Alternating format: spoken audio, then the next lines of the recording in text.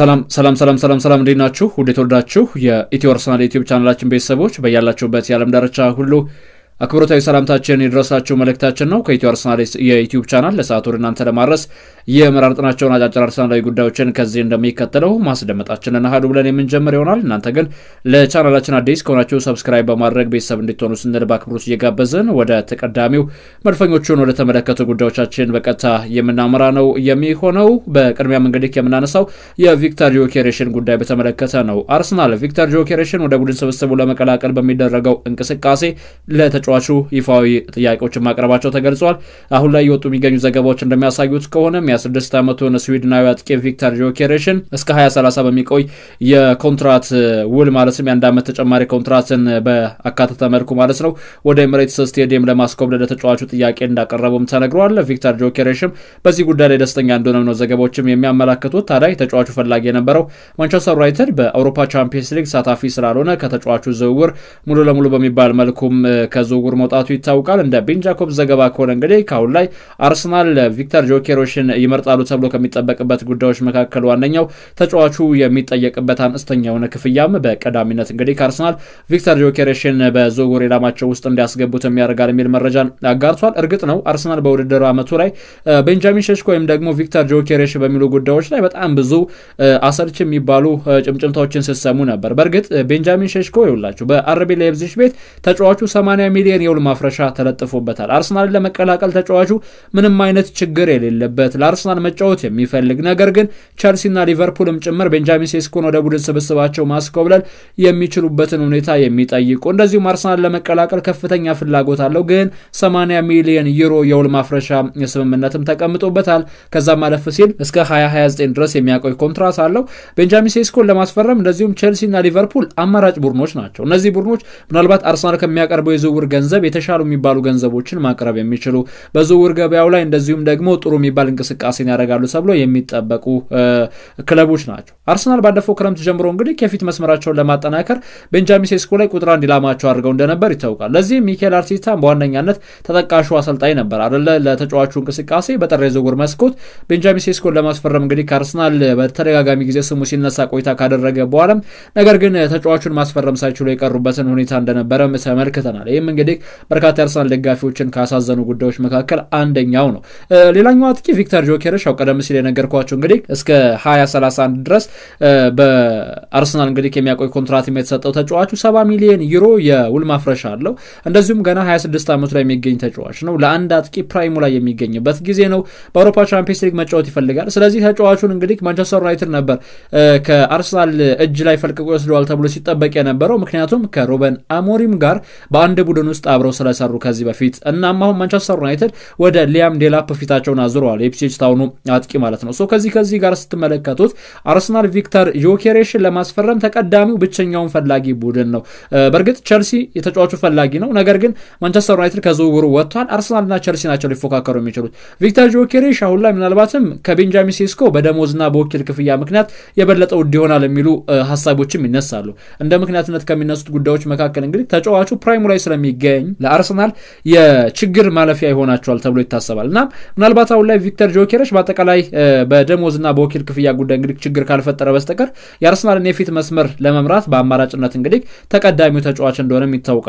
ከዚህ ተጫዋች ጋር በተገናኘ አርሰናል ያው የውድድር ዓመቱ ላይ እንግዲህ የተመለከትነው ክፍተታቸውን ለመሸፈን እና የተሻለ ዓመትን ለማሳለፍ በማሰብ ለቪክተር ጆኬሬሽ 2030 የሚያቆይ ኮንትራትና እንደዚሁም ደግሞ የአንድ ዓመት የማራዘም መብትን ያካተተ የኮንትራት ጉዳዮችን አቅርበውለታል። በዚህም እንግዲህ ተጫዋቹም ደስተኛ ነው ተብሏል። ስለዚህ ስፖርቲንግ ሊዝበን እና አርሰናል የሚስማሙ ከሆነ የተጫዋቹ መዳረሻ ወደ ኤሚሬትስ መሆኑ የሚቀር ጉዳይ የመሰል አይደለም የሚገኘው። ሌላው በሰሞን ቀን ከሰማናቸው አበይት ጉዳዮች መካከል የማጥቃት ዞን ተሰላፊ ቦታ ላይ ማለትም በመስመር ላይ የሚጫወቱ ተጫዋቾችን በተመለከተ ብዙ ዜናዎች ነበሩ። ለምሳሌ የሪያል ማድሪድ አዲሱ አሰልጣኝ ዣቪ አሎንሶ ሮድሪጎ በክለባችን ውስጥ እንዲቆይ እፈልጋለሁ እንደዚሁም ደግሞ እርሱ የሪያል ማድሪድ ተጫዋች ነው፣ አስደናቂ ብቃት ያለው ነው። ስለዚህ በቡድን ስብስባችን ውስጥ ልናየው የምንፈልገው እንደዚሁም ደግሞ ፐርፎርማንሱ አስደናቂ የሆነ ተጫዋች ነው የሚል አስተያየትን ሰጥተው ነበር። የአርሰናል ሰዎች ታዲያ እንግዲህ አሰልጣኙ ስለተቀየረ ወይም ደግሞ ካርሊቶ ስለለቀቀ ሮድሪጎ በማድሪድ ቤት ሊቆይ ይችላል በሚል ወደ ሌሎች አማራጮች ፊታቸውን ማዞራቸውም ተገልጿል።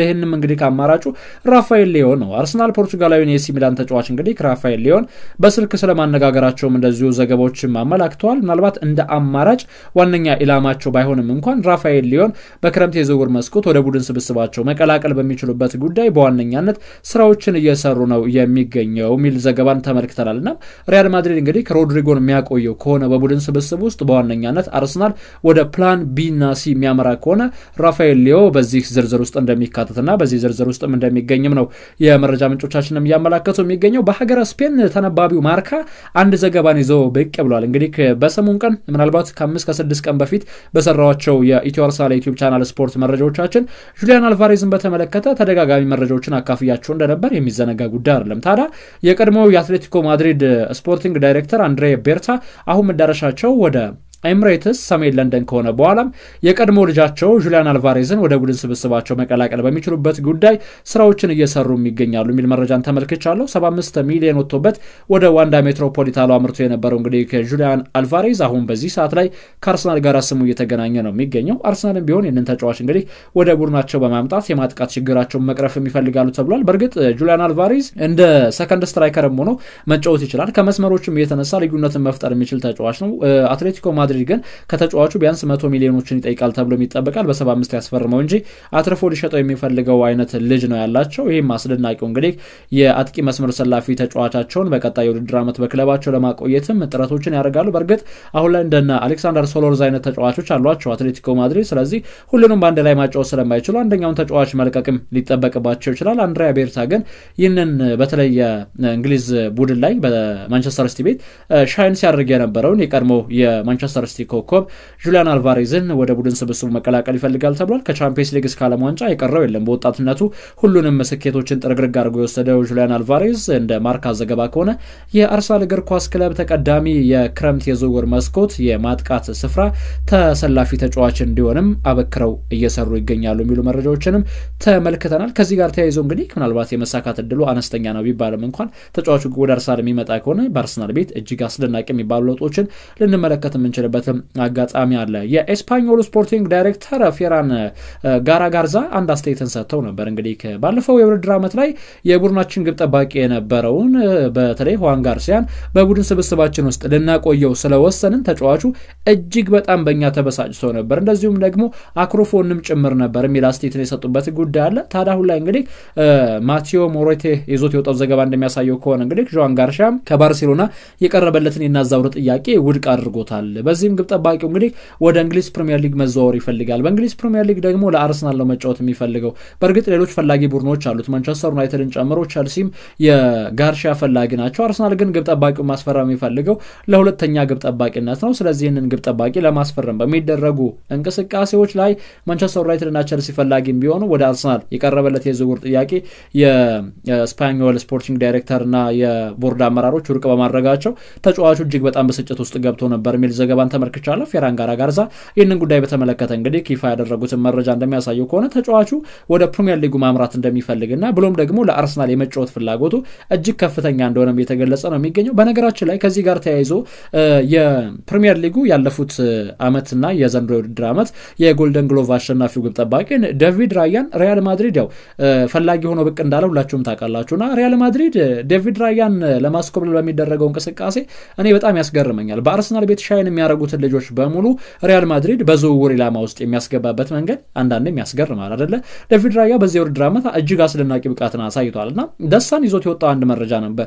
ራያ ወደ ሪያል ማድሪድ የሚያቀና ከሆነና እዛው ያው ስፔናዊ ግብ ጠባቂ እንደመሆኑ መጠን ወደ ስፔን አመራለሁ የሚል ከሆነም እንግዲህ አርሰናል የአስቶን ቪላን ግብ ጠባቂ ኤሚሊያኖ ማርቲኔዝን ወደ አርሰናል እንግዲህ በድጋሚ ለመመለስ አበክረው ይሰራሉ የሚል ጉዳይንም ተመልክተናል። ነገር ግን ያው የስፓኞሉ ግብ ጠባቂ ሁዋን ጋርሺያ ደግሞ ተቀዳሚው አርሰናል ግብ ጠባቂ ነው ወይም ደግሞ እንደ ተጠባባቂነት ሁለቱንም ሊያመጣ የሚችልበትም አጋጣሚ ይፈጠራል ተብሏል። ዴቪድ ራያን ግን አሁንም ቢሆን ሪያል ማድሪድ በዝውውር ኢላማ ውስጥ አስገብቷል። በርካታ የአርሰናል ደጋፊዎች ማድሪድ እኮ አልፈታሃለኝ እያሉ ነው የሚገኘውና በእርግጥ ከዊሊያን ሳሊባ ከዛም እንደገና መለስ ስንል ደግሞ በመከላከል ዞኑ ላይ ዊሊያን ሳሊባን ጠርተን በግብ ጠባቂነት ደግሞ ዴቪድ ራያን ከዛም ሌሎችም ተጫዋቾችንም ጭምር እንደዚሁም ፈላጊ ሆኖ ብቅ ማለቱም ይታወቃል ሪያል ማድሪድ እና በውድድር ዓመቱ ላይ እንግዲህ በአርሰናል ቤት ጥሩ የሚባል ዓመትን ያሳለፈው ግብ ጠባቂው ሪያል ማድሪድ ቢፈልገውም እንኳን አሁንም ቢሆን በአርሰናል ቤት የመቆየት በአርሰናል ቤት ስኬታማ የመሆን ፍላጎት አላቸው። አሁን ላይ ይውላችሁ የአርሰናል ተጫዋቾች አንድ ትልቅ መነቃቂያ ጉዳይ አላቸው በውስጣቸው። ይህም ትልቅ የሚያነቃቃቸው ጉዳይ ምንድነው? የአርሰናል ደጋፊዎች የሜዳ ላይ ዝማሬ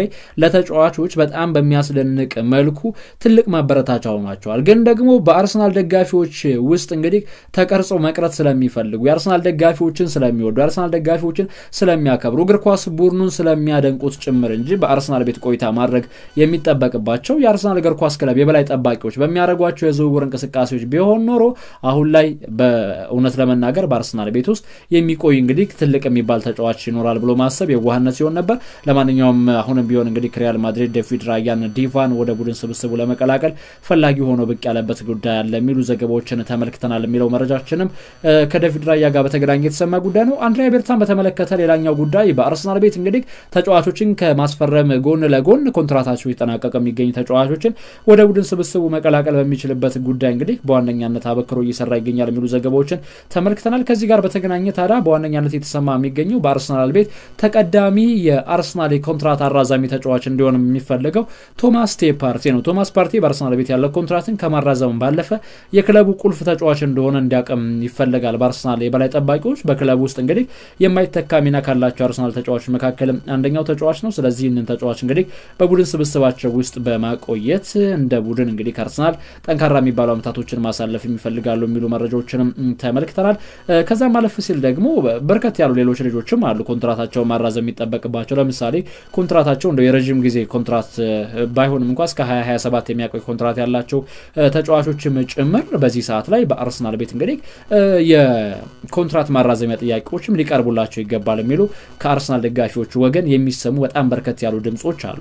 ከዚህ ጋር ተያይዞ እንግዲህ አንድሪያ ቤርታ ጠንካራ የሚባሉ ስራዎችን እየሰራ ይገኛል። በአርሰናል ቤት ቡድኑን እንደ ቡድን የተሻለ ለማድረግ ቡድኑን እንደ ቡድን የተጠናከረ የዝውውር መስኮትን ከማሳለፍም ባለፈ የተጠናከረባቸው ጎኖችም እንዳይዳከሙ ለማድረግም ጥረቶችን እያደረገ ነው የሚገኘው። ቶማስ ፓርቲና ሊያንድሮ ትሮሳርድን በአዲስ ኮንትራት ጉዳይ እንግዲህ አሁን ላይ በአርሰናል ቤት ለማስፈረም ንግግሮችም ተጀምረዋል።